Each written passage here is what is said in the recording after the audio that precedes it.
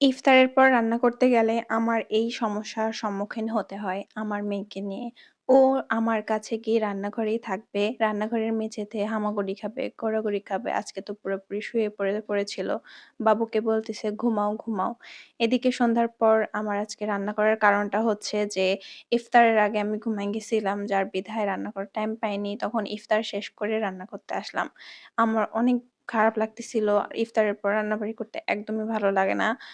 আমার মনে হচ্ছিল সবকিছু ফেলে রেখে আমি এভাবে চলে যাই। কিন্তু চলে গেলে তো রান্নাবাড়ি করা হবে না।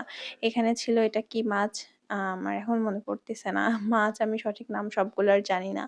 এখানে মাছগুলো ভুনা করে নিচ্ছিলাম শর্টকাটে যা আরকি। আর ওইদিকে আলু ভর্তা। ওইদিকে আলু ভর্তাও উঠাই দিছিলাম ভাতের সঙ্গে ওপরে রাইস কুকারে।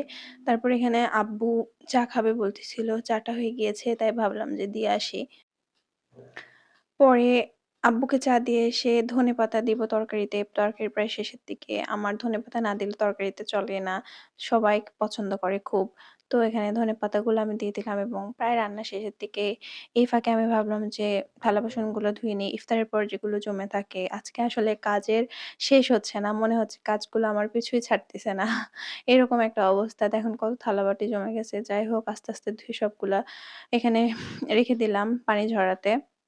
আর ওইদিকে কিন্তু আমার মেয়ে নিচেই ফ্লোরেই আছে। তাকে কিছুতে আমি উঠাতে পারতেছি না। আর রান্নাবাড়ি করতেছিলাম। অলমোস্ট আমার কাজ অনেকটাই শেষ। কিচেনও অনেকটাই পরিষ্কার করে নিয়েছি। আর করব না আজকে।